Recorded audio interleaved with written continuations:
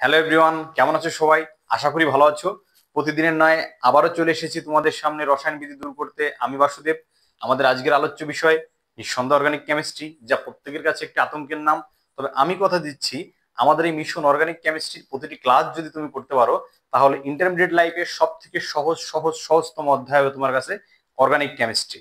এবং এই অর্গানিক কেমিস্ট্রিতে আমি তোমাকে জিরো থেকে হিরো, তার মানে অনন্ত জলিল বানিয়ে দেবো। ওকে, আর দেরি নয়, নাও আমরা এখনই শুরু করি। তো আমাদের আজকের অর্গানিক কেমিস্ট্রির একবারে বেসিক যেটা বন্ড ফরমেশন, এই টপিকসটা নিয়ে আমরা আলোচনা করব। এবং এটা এত গুরুত্বপূর্ণ, প্রত্যেকবার একটা কোশ্চেন আসে। গতবার ঢাকা ইউনিভার্সিটি এসেছিল এবং ঢাকা বোর্ডে এসেছিল বেনজিন বেনজিন যৌগের মধ্যে কতটি সিগমা ও পাই বন্ধন রয়েছে, আবার কখনো আসে কতগুলো সিগমা পাই ইলেকট্রন রয়েছে। নাও এই কনসেপ্টটা আমরা একেবারে ভ্যানিশ করে ফেলবো, পানি পানি করে ফেলবো। তো প্রথমে আমাদের কি করতে হবে, বন্ড ফরমেশন, মানে কেমিস্ট্রি তো বন্ড হবে, এটাই স্বাভাবিক। তার জন্য ছোট্ট একটু জিনিস মনে রাখতে হবে। সেটা হচ্ছে কি, এই যে কার্বনের যোজনী কত 4, অক্সিজেনের যোজনী কত 2, হাইড্রোজেনের যোজনী কত 1, হ্যালোজেনের 1, নাইট্রোজেনের 3 অথবা 5। ভাই, যখন আমি মৌলসমূহের পর্যায়ভিত্তিক ধর্ম ও রাসায়নিক বন্ধন পড়াবো তখন এই যোজনী নিয়ে আলোচনা করব। আপাতত এতটুকু তোমাকে একটু মাথায় রাখতে হবে, তাহলে আর কিছুই মাথায় রাখা লাগবে না। নাও শুরু করা যাক। বন্ড ফরমেশন মানে বন্ড কিভাবে হয়। তো এই বন্ড কিভাবে হয় সেটা দেখার জন্য আমাকে কিছু জিনিস কম্পেয়ার করতে হবে। সাপোজ এ একটা মৌল, বি একটা মৌল, সি একটা মৌল, ভাই ডি একটা মৌল। তো ধরি এ এর যোজনী হচ্ছে 1, বি এর যোজনী 2, সি এর যোজনী 3, ডি এর যোজনী 4। এখন এই এ আর বি বিক্রিয়া করে একটা যৌগ উৎপন্ন করলো, সেই যৌগটার নাম এ বি।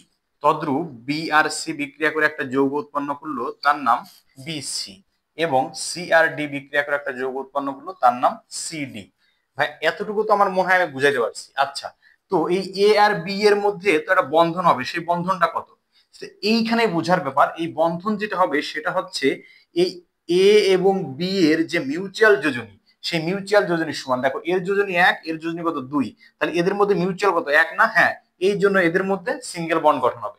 আমার মনে হয় এতটুকু বোঝাতে পারছি। সেম বি আর সি এর মধ্যে মিউচুয়াল কত, দেখো এর হচ্ছে 2, এর কত 3, তাহলে এদের মধ্যে মিউচুয়াল কত ভাই? এদের মধ্যে মিউচুয়াল 2, এই জন্য এখানে একটা ডাবল বন্ড তৈরি হয়ে যাবে। আর সি আর ডি এর 3, এর 4, এদের মধ্যে মিউচুয়াল কত, মানে কমন কত আছে 3, এই জন্য এখানে কি হয়ে যাবে, একটা ট্রিপল বন্ড হয়ে যাবে।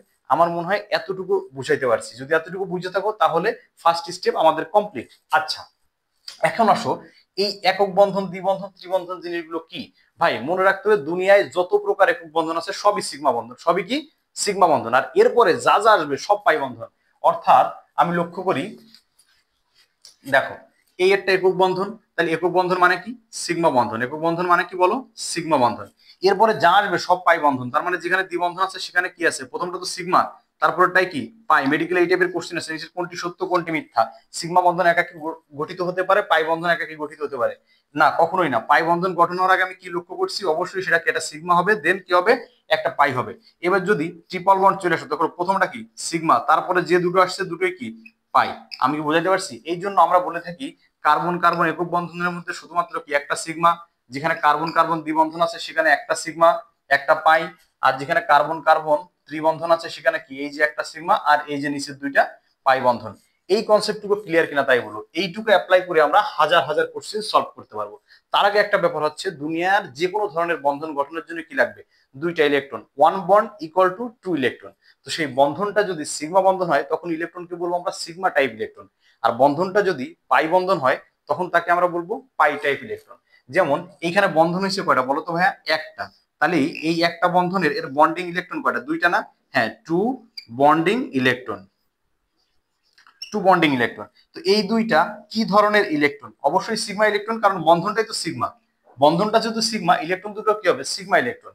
এই যৌগের মধ্যে বন্ডিং ইলেকট্রন কয়টা আছে বলো? এই যে বন্ডিং ইলেকট্রন আছে 4টা, কারণ বন্ড আছে কয়টা? দুইটা। তা এই 4টার মধ্যে দুইটা হচ্ছে সিগমা ইলেকট্রন, দুইটা সিগমা ইলেকট্রন, আর দুইটা হচ্ছে পাই ইলেকট্রন। আমার মনে হয় এতটুকু বুঝাইতে পারছি। এইখানে দেখো বন্ড আছে কয়টা ভাইয়া? এখানে বন্ড আছে 3টা, তাহলে বন্ডিং ইলেকট্রন কয়টা? বন্ডিং ইলেকট্রন হচ্ছে 6টা। তার মধ্যে সিগমা বন্ধন আছে করে একটা না, এই জন্য দুইটা সিগমা ইলেকট্রন আর 4টা পাই ইলেকট্রন। এতটুকু ক্লিয়ার কিনা? হ্যাঁ, যদি এতটুকু ক্লিয়ার হয় তাহলে এখান থেকে আমরা হাজার হাজার কোশ্চেন সলভ করতে পারবো। আজকের এতটুকুই ছিল বেসিক। এইবার আসো আমরা কিছু এক্স কোশ্চেন সলভ করে ফেলি। অর্গানিক কেমিস্ট্রি থেকে সহজ কোনো অধ্যায় হতে পারে না। অর্গানিক কেমিস্ট্রির ব্যাপারটা এমন যে আমাদের ছোটবেলা থেকেই মনের ভিতরে একটা ভয় ধরা দেয়, যেটা বিশাল আতঙ্কে এই ব্যাপার, বড় অধ্যায়, এই সেই। বা ইয়েলো সব থেকে সহজ, কিছুই বোঝা লাগে না, মাত্র সরি কিছুই মুখস্থ করা লাগে না, মাত্র 49 রিয়াকশন। হ্যাঁ, আর এরকম কিছু জিনিসপত্র পড়লেই হয়ে যায়।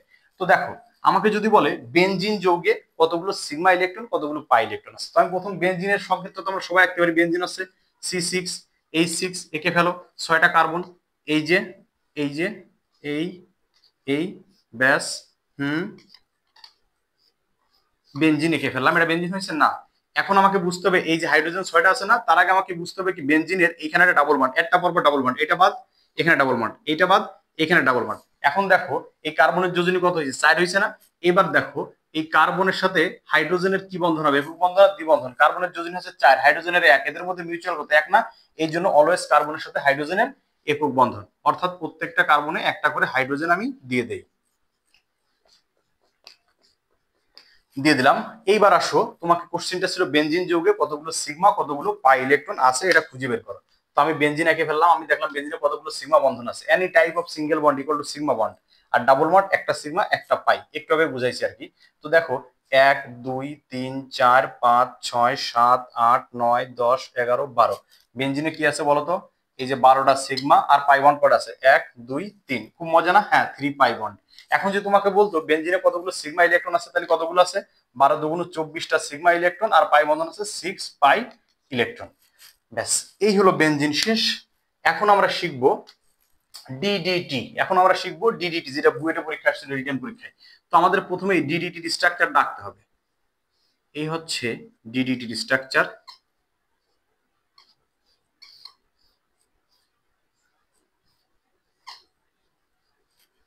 বেনজিন এখানে ডাবল বন্ড, এখানে ডাবল বন্ড, এখানে ডাবল বন্ড, এই ডাবল বন্ড, এই ডাবল বন্ড, এই ডাবল বন্ড।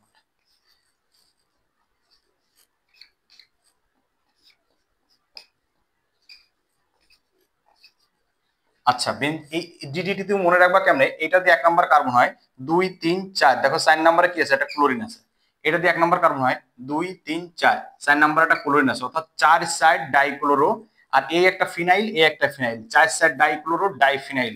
ক্লোরিন আছে কয়টা, 1 2 3টা। ট্রাইক্লোরো, এই যে মেইন চেন 1 2 ইথেন।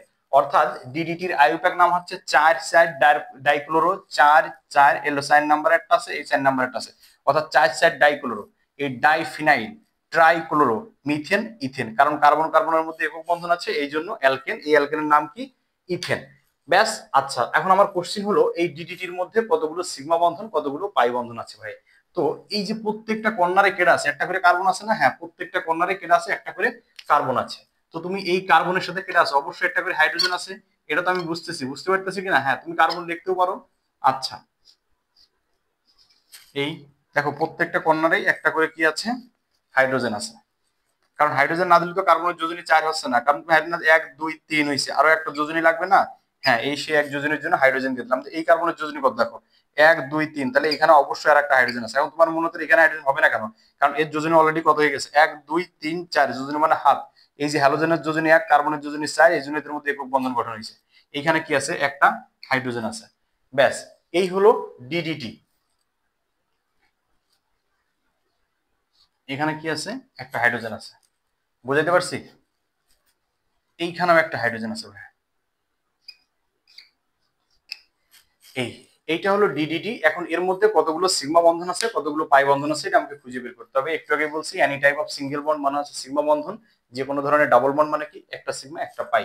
তো সিঙ্গেল বন্ড গুলো কাউন্ট 1 2 3 4 5 6 7 8 9 10 11 12 13 14 15 16 17 18 19 20 21 22 23 24 25 26 27 28 29, হ্যাঁ 29টা সিগমা আছে। কয়টা, 29টা সিগমা।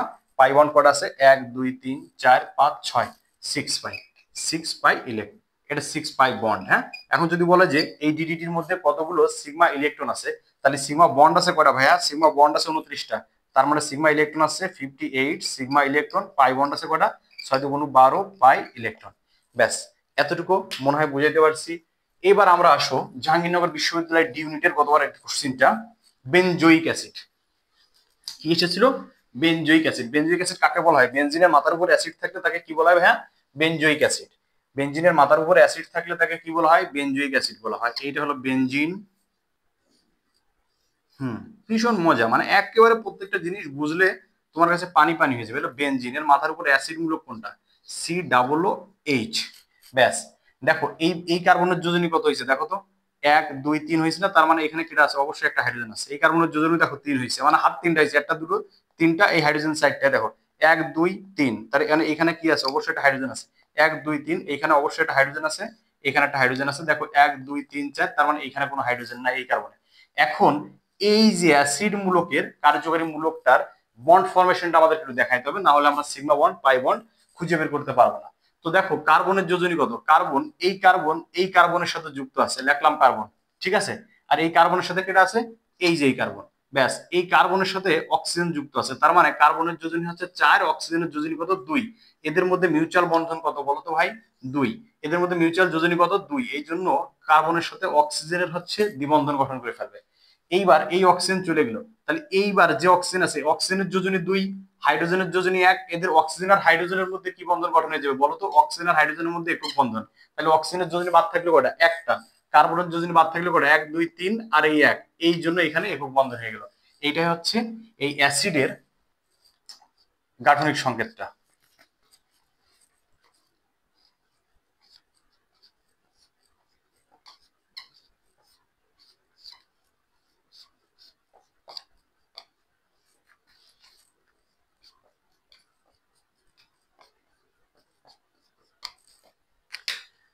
আমি কি এটা আবার বুঝাবো?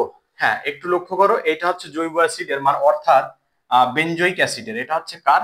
বেনজোইক অ্যাসিডের কার্যকারী মূলকের গাঠনিক সংকেত, বা টোটালি বেনজোইক অ্যাসিডেরই গাঠনিক সংকেত হচ্ছে এটা। আমি একটু ভেঙে চুরে আবার একটু বোঝাই, কিন্তু তোমরা বুঝতে পারতেছো না।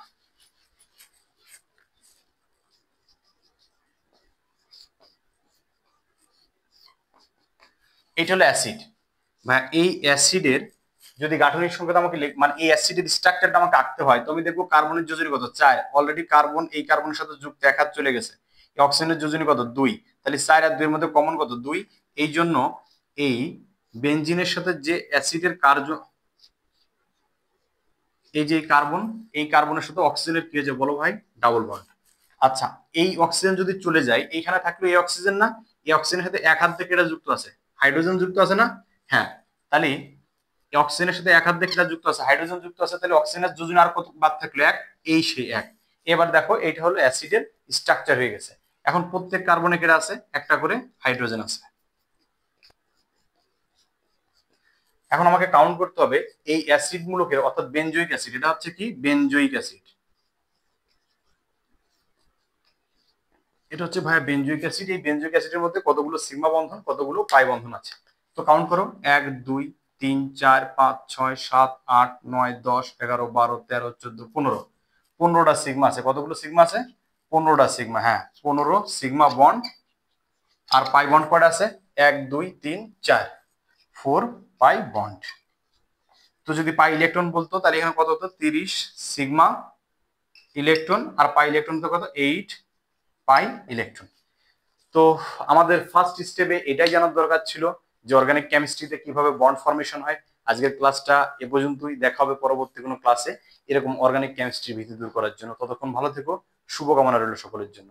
আর এখনো যারা আমার চ্যানেলটি সাবস্ক্রাইব করেনি, চট করে চ্যানেলটি সাবস্ক্রাইব করে দাও, যেন এরকম অসংখ্য ভিডিও নিয়ে তোমাদের সামনে আসতে পারি। ওকে।